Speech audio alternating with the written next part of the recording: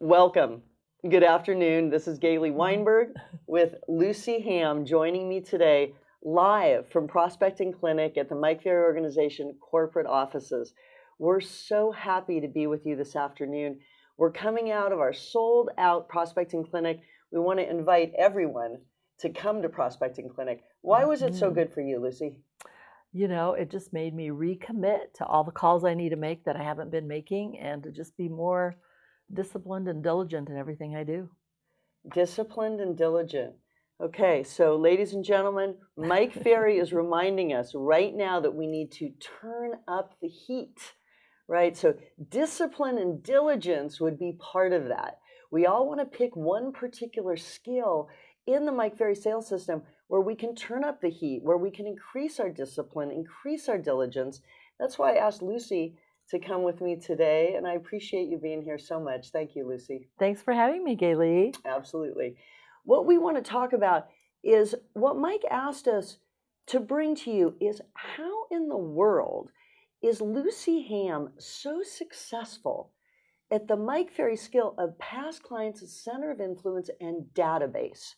Okay, I'm going to ask Lucy some very specific questions so that we can all learn and grow and turn up the heat with some of her secrets of success with past clients and center of influence. First of all, Lucy, many people, obviously, that are watching us know you and have known you for a long time in the Mike Ferry sales system. But for people who don't know you, tell them where you work, how long you've been in business, and what is your goal for this year? I am from Flushing, Michigan. My goal for this year is 300 transactions, and I've been in business 43 years. Okay, 43 years, 300 transactions. I know those numbers are staggering, right, to a lot of us. When we really break down, right, what you're doing with your past client center of influence, what is your system that you use that has become so successful for you? Well, we call our past clients and sphere of influence 4 times a year, for each quarter, once a quarter. Okay, whoa. You're telling me, Lucy Ham, after 43 years, you are calling your past clients and center of influence 4 times a year, like Mike says. Is that right? Right, and we haven't done that all 43 years. Okay, here comes the honesty. Yep. So the last few years we have done that. We've called them 4 times a year. We've mailed them 4 times a year. Postcard, 3 quarters, and the 4th quarter is a Thanksgiving card with my card in it, which I think is important because I find my card on their refrigerator or on their table when I go to an appointment because they kept it. They kept it because they knew they were thinking about selling in the near future.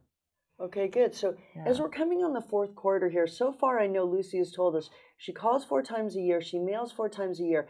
We are working right now on a Thanksgiving mailer because we want to get the Thanksgiving mailer out before the holiday tsunami of mailing. Is that absolutely what I hear? Yes. Okay, so it's really important. And when you're calling these people, Mike always talks to us about giving them something of value.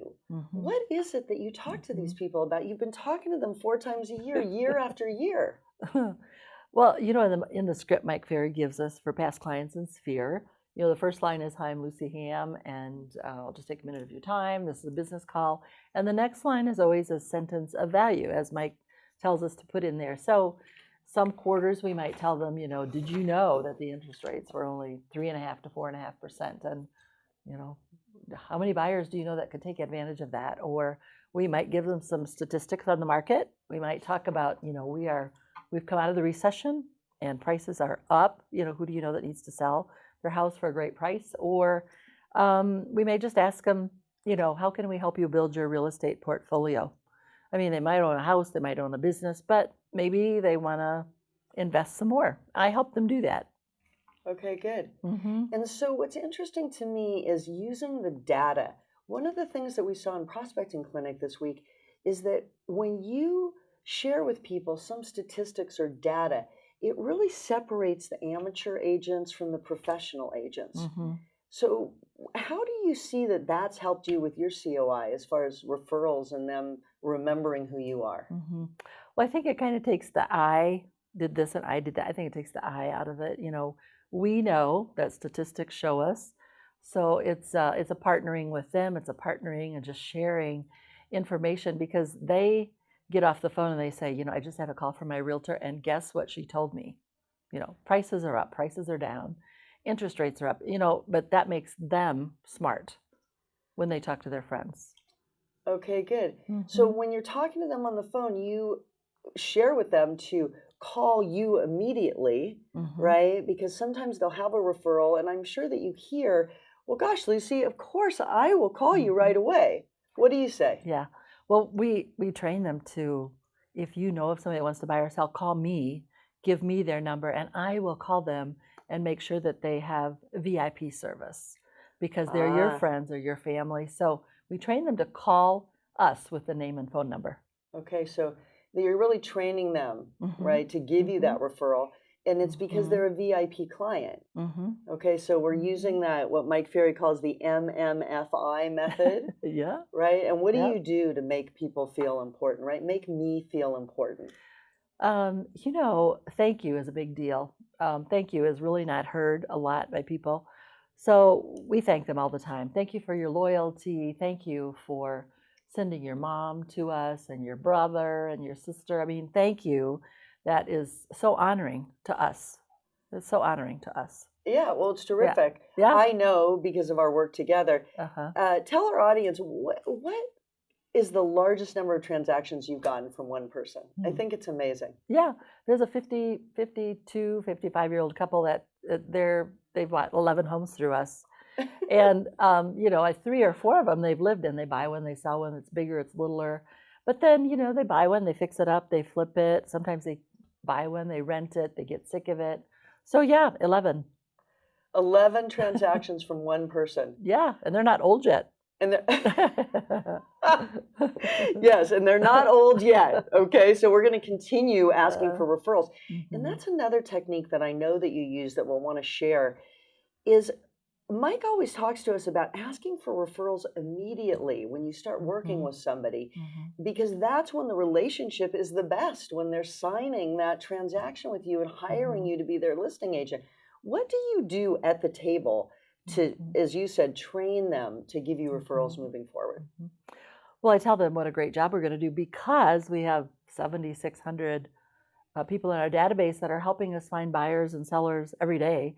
And I just tell them that I'm going to be asking them who they know that needs to buy or sell a home, because our goal is to get one buyer or one seller from every transaction we do.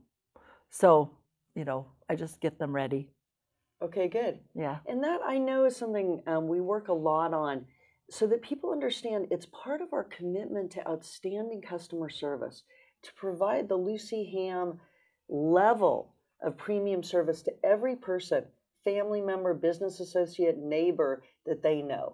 It's part of our customer service. Yeah, it is. Yeah, really important to getting those 150 transactions specifically from past clients and center of influence. Mike says if you can't reach, right, your past client center of influence, that you can leave a message. What kind of message do you leave for people? Mike tells us we can leave a message, so it's just short and sweet. It's his script. Past clients is your script, the first line with the sentence of value, and please give me a call. I say my name, phone number twice, and hang up. Next.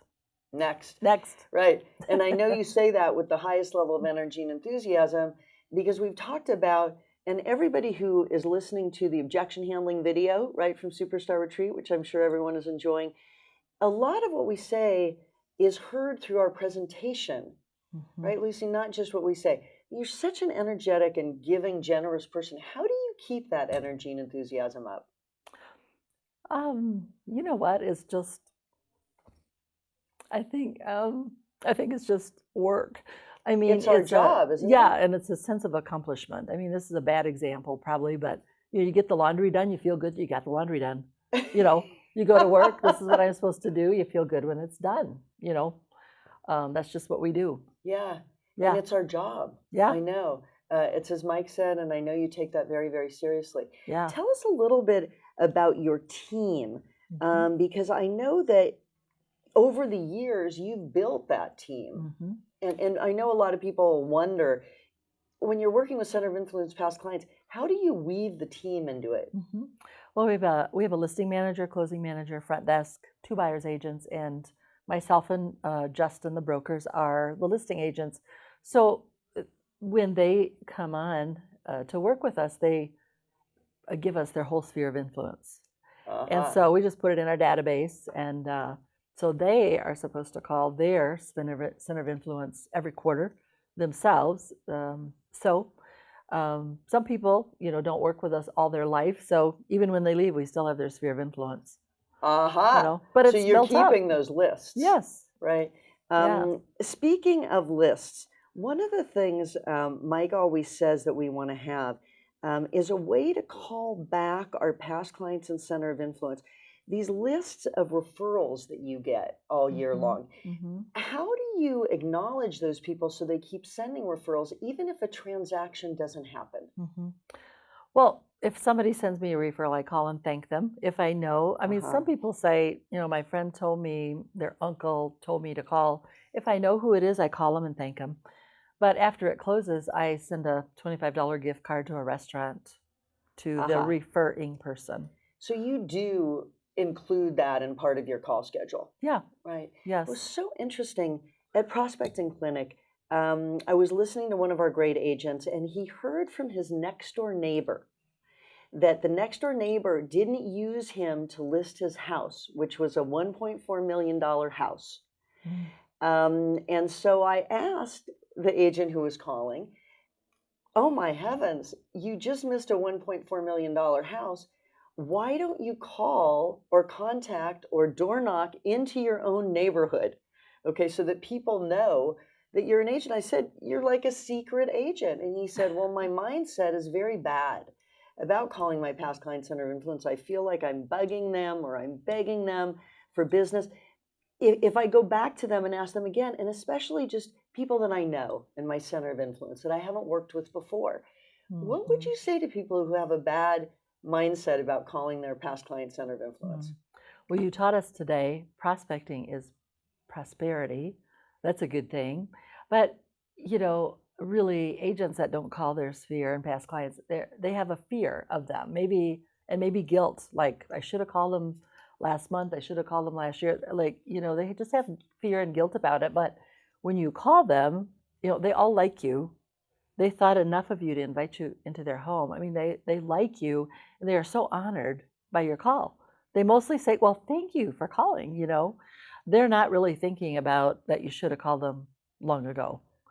But, if it's somebody that I haven't talked to in a while or I kind of forgot about, I'll just say. Or maybe even somebody that you haven't worked with in real estate before, somebody that you know from all of the various involvements that you have. How do you feel about calling somebody who you've never worked with before? Are you bugging them? Well, I don't really think twice about it. I just call them. Right, because it's your job. It's my job. And do you think like you're the best person to help them? Well, they need our help. Okay. They absolutely need our help. They need our help. Yeah. And if you don't call them, who are they going to hire? I don't know. Wouldn't be as good as you, though. Somebody bad.